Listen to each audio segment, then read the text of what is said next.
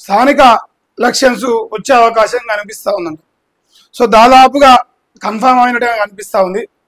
So Revanth Reddy ఇన్ని రోజులు అదొక మాట ఇదొక మాట అటొకటి ఇటొకటి డైవర్షన్ పాలిటిక్స్ ఇవన్నీ చూసినాం. కానీ ఈ రోజైతే చాలా పకడ్బందీగా చెప్తారు.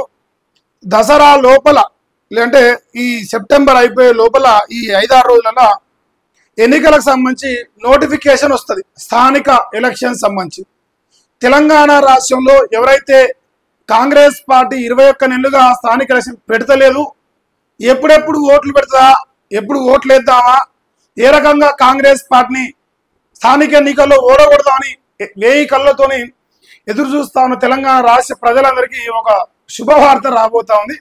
సో దాదాపుగా కన్ఫర్మ్ అయింది. నిన్నమల దాకా ఇదే రేవంత్ రెడ్డి గారు ఎలక్షన్లు పోవాలంటే వెనకడిగేసింది.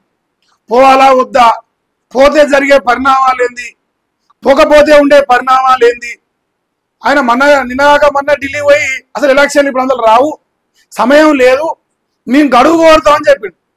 ఇవాళ ఏమైపోయిందంటే ఒక ఆర్డినెన్స్ రూపంలో బీసీలకు ఆర్డినెన్స్ రూపంలో ఒక దోకా చేయడానికి రాజ్యాంగబద్ధంగా కాకుండా ఎవడోడు కోర్టుకు పోతాడు కాబట్టి ఖచ్చితంగా అది క్యాన్సల్ అయితే ఆ రోజు బీఆర్ఎస్ పార్టీ వాడు బీజేపీ పార్టీ వాడు కలిసి మరి హైకోర్టు పోయి ఈ బీసీలకు రిజర్వేషన్ రాకుండా చేసిరు. అందువల్ల ఈ తెలంగాణ రాష్ట్రంలో బీసీలకు న్యాయం చేసే ఏకైక బీసీల పార్టీ మన కాంగ్రెస్ పార్టీ అని చెప్పే క్రమంలో రేవంత్ రెడ్డి బీసీనే, ఉత్తమ్ కుమార్ రెడ్డి బీసీనే, ఇంకా రెడ్డి బీసీనే, శ్రీధర్ బాబు బీసీనే, అందరూ బీసీలే. కాబట్టి ఇటువంటి బీసీల సుతపూజల పార్టీ కాంగ్రెస్ పార్టీ అని స్థానిక ఎన్నికల్లో చెప్పుకొని ఓట్లు వేసుకొని బయటపడనే ఒక దుర్మార్గమైన ప్రయత్నంలో ఇలా అమరాబాద్ పులి స్థానిక ఎన్నికలకు సిద్ధమైండు. అయితే నేను గత కొన్ని రోజులుగా చెప్తా ఉన్నా, ఎల్లమ్మ తల్లికి మనం ఆటపోతులు ఇస్తా ఉంటాం. దసరా పండుగకు మనందరం ఇంట్లో మంచిగా మేక మటను కోడి చికెను 2 ఉంటాయి. సో బ్రహ్మాండంగా జరుస్తూ ఉంటాం. దసరా తర్వాత అసలైన దసరా అసలైన దీపావళి రాబోతా ఉంది. సో ఎంత అంటే అంత ఇక మీకు ఫుల్ పైసలు, ఇక ఓటుకు 10,000 ఇచ్చిన ఆశ్చర్యపోవాలన్న పని లేదు. 21 నెలలుగా ఏం అభివృద్ధి చేయలే, ఏ పథకాలు ఇయ్యలే, పైసలు మొత్తం గాలికి ఆగం చేసిరు. ఏమైనా కూడా తెలియదు, అప్పులు తెచ్చిరు, రాష్ట్రాన్ని ఆగం చేసిరు. ఇక మా ఇందిరమ్మ రాజ్యం మాది ఇలగబెడతని పత్తితో మనల్ని చెప్పి అవి కూడా వీకినాయి. ఇక ఏ అవకాశం లేదు. రేపు స్థానిక ఎన్నికల్లో ఓన్లీ పైసల బలంతోనే గెలవాలనుకునే కర్మంలో ఖచ్చితంగా రేవంత్ ముందర పోబోతాను సమాచారం.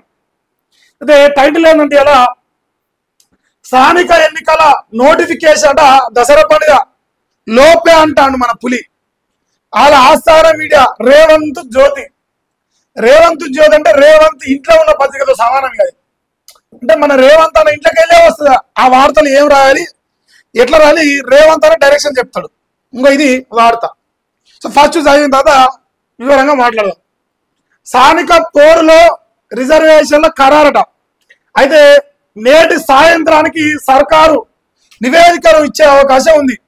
ఏది ఈరోజు సాయంత్రానికి, ఈరోజు సాయంత్రం లోపట్ల నివేదిక పోతే వార్డు సభ్యుడి నుంచి జెడ్పీ చైర్పర్సన్ దాకా తేలిన రిజర్వేషన్లు అయిపోయినాయి.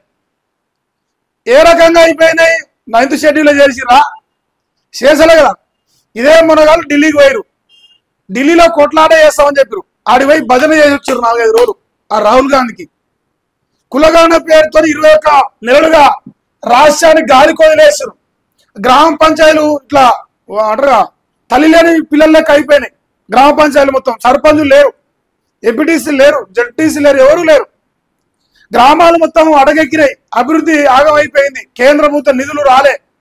ఇవన్నీ ఓన్లీ ఈ ఒక్క అంశం కోసం, రిజర్వేషన్ అనే అంశం కోసం.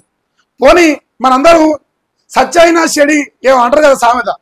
సో అట్లా మనం బాధపడ్డా గోసపడ్డా పోనీ చివరకు రిజర్వేషన్ అయినా వచ్చిందా ఆ 42% అనే ప్రయత్నం చేస్తే అది కూడా ఏం కనిపిస్తలేదా.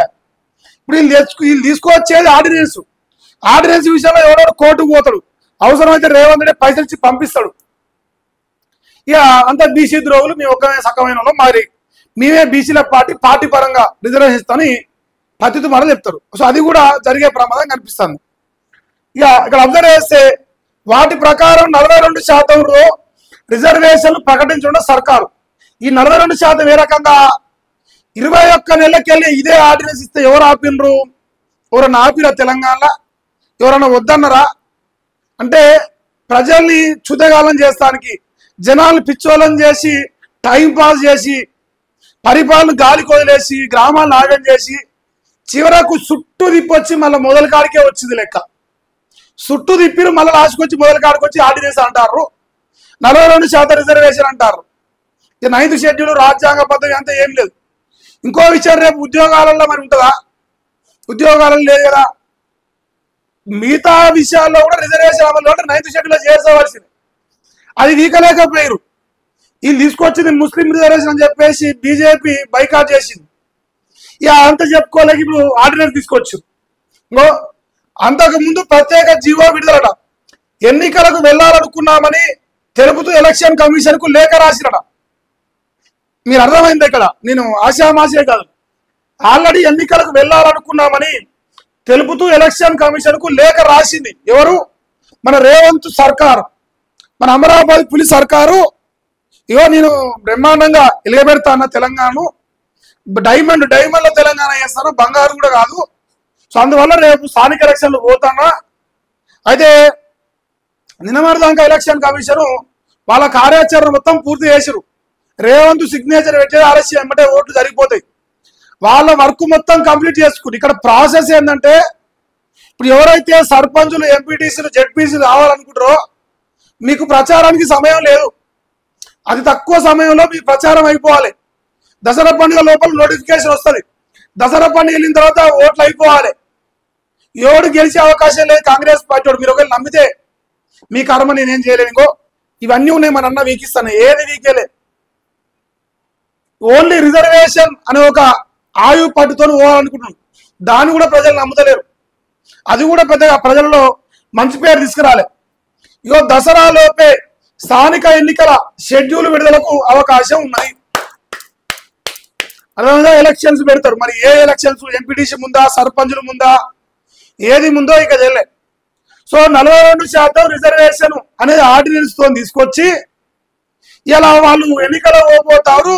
ఇప్పుడు రేపో మాపో ఎవడెవడు కోర్టుకు పోతాడు, 100% కోర్టుకు పోతాడు. నన్ను అడిగిక కోర్టు ఓపెన్ ఉన్న రోజే వీలు పెట్టే అవకాశం ఉంటుంది. నోటిఫికేషన్ ఎంబడే తుపుక్కున పోయిరియా, కోర్టుకు పోయిరియా, కోర్టు పోయి కేసు అయిపోయిరియా, మన పైన మనమే వేసుకుందాం.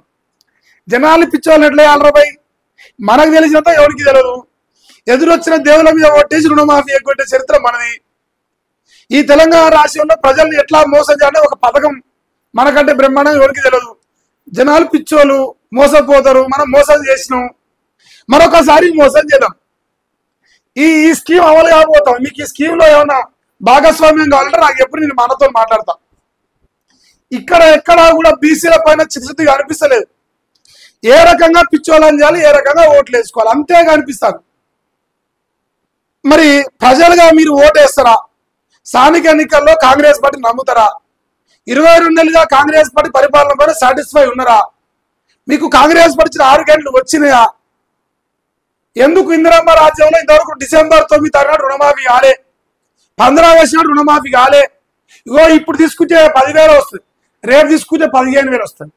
ఇప్పుడు తీసుకుంటే 1,00,000 వస్తుంది, రేపు మేము వచ్చినా తీసుకుంటే 2 లక్షలు వస్తుంది. ఇవన్నీ ఏడిపోయినాయి, నీటి మూటలు అయినాయి కదా. కేసీఆర్ కంటే డబల్ అప్పు తెస్తుండు కదా, డబల్ తాగుబోతే తెలంగాణ చేసిండు కదా. ఇందిరమ్మ రాజ్యంలో రోజుకు ఒక ఆడబిడ్డ పైన మానభంగం జరుగుతా ఉంది కదా. నిన్న సాయంత్రం చదివిన కిస్మత్పురాలో మొన్న జరిగిన రేప్ అండ్ మర్డర్ కేసులో ఒకటే రోజు ముగ్గురు 2 దఫాల ఒక ఆడబిడ్డ పైన మానభంగం చేసి చంపేసి కాల్చి పడేసారు. ఇది ఇందిరమ్మ రాజ్యం యొక్క ఘనత, గొప్పదనం. కోటీశ్వర్లను చేస్తారు మహిళలను, కోటీశ్వర్లను చేస్తే తట్టుకోలేక రోజుకు ఒక ఆడబిడ్డ పైన మానభంగం జరుగుతూ ఉంటే ఆ చంపిన దుర్మార్గపు నా కొడుకుల్ని పందికొక్కులను మేపినట్టు, ఎల్లుకోటను మేపినట్టు మేపుతా ఉన్నారు పోలీస్ స్టేషన్ కూర్చోబెట్టి. ఒక్కరు ఎన్కౌంటర్ చేయలేడా ఇంతవరకు నేను చూలే. సో ఇంత మంచి పరిపాలన మన ఇందిరమ్మ రాజ్యం ఉంది. ఇగో ప్రజలలో ఒకటి నడుస్తుంది ఇప్పుడు. ఏరి కోరి మొగని తెచ్చుకుంటాడా, ఎగిరి తన్నట. సో మీరు నిరుద్యోగులు కానీ, రైతులు కానీ, ప్రజలు కానీ ఏరి కోరి రేవంత్ రెడ్డి పోడుస్తాడు, కేసీఆర్ కంటే డబల్ ఇస్తాడని మీరు మురిసి ఓటేస్తే ఎగిరి తంతా అండి. అలా మరి ఎగిరి తన్నప్పుడు మీకు మరి అవకాశం దొరుకుతుంది రేపు. మీరు ఎగిరి తంతరా లేకపోతే ఆగమైపోతారా? ప్రజలుగా మీరు డిసైడ్ గారు. నేను చెప్తా ఉన్నా, ఒకవేళ ఇది చివరి అవకాశం, ఇంకా ఎలక్షన్స్ లేవు ఈ 3 ఏళ్లలో, అంటే ఆ బై ఎలక్షన్స్ వస్తాయా రావా దేవుడేరు. ఉన్న ఒకే ఒక అవకాశాన్ని యావత్ తెలంగాణ రాష్ట్ర రైతాంగం, యూరియా కష్టాలు పడుతున్న వాళ్ళు, నిరుద్యోగులు, అశోక్ సార్యాల 29 రోజులు కావచ్చు, 9 రోజులు ఒక మనిషి నిరుద్యోగుల తరఫున 9 రోజులకి వెళ్ళి దీక్ష చేస్తాడు.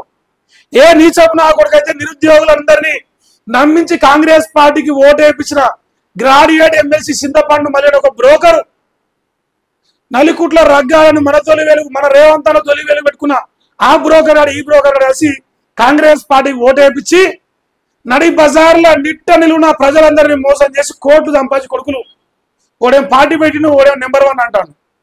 ఇటువంటి లుచ్చా నా కొడుకులు మాటలు పట్టుకొని మీరు ఓటేసిరు. మరొకసారి మోసపోవద్దని, మాలాంటి వాళ్ళ గొంతులు వినపడకుండా మీ దగ్గరికి చేరకుండా ప్రతిరోజు ఈ మలిగాడు ఈడు వాడు రిపోర్ట్లు కొడతారు. సో దయచేసి మా గొంతు వినండి, మేము చెప్పేది ఆలోచించండి.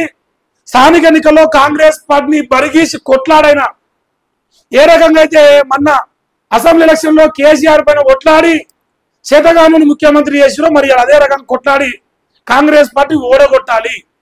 ఓడగొట్టకపోతే మీరు కాంగ్రెస్ తప్ప ఎవరికైనా ఓటేసుకోండి. నేను చెప్తాను, ఇలా మలిగాడు రగ్గాడు ఎప్పుడు కాంగ్రెస్ తప్ప టీఆర్ఎస్ తప్ప ఎవరికైనా ఓటేసుకోండి. అంటే మనం బాగుపడేదాన్ని తప్ప మనం నాశనం అయిపోతానికి దేనికైనా ఓటేసుకోవాలని చెప్పారు. ఇలా నేను రివర్స్ చెప్తాను, మనం బాగుపడేదానికి దేనికైనా వేసుకోవాలి, మనం నాశనం చేసిన కాంగ్రెస్ పార్టీకి ఓటేది. ఇది నేను చెప్పదలుచుకోవాలి. ఇక మనం వేస్తాం అయినా మనం నమ్ముతాం, మా అమరావతి అంటే ఇక తర్వాత పడబెట్టి తొక్కుతాడు, తొక్కించుకోరు. మరి చివరి అవకాశం వాడుకునే ప్రయత్నం చేయండి. నేను చెప్పిన ఎల్లమ్మ తల్లికి ఆటపోతున్న బలి అలా కాంగ్రెస్ పిల్లలు నవ్విస్తారేమో స్థానిక ఎలక్షన్లో.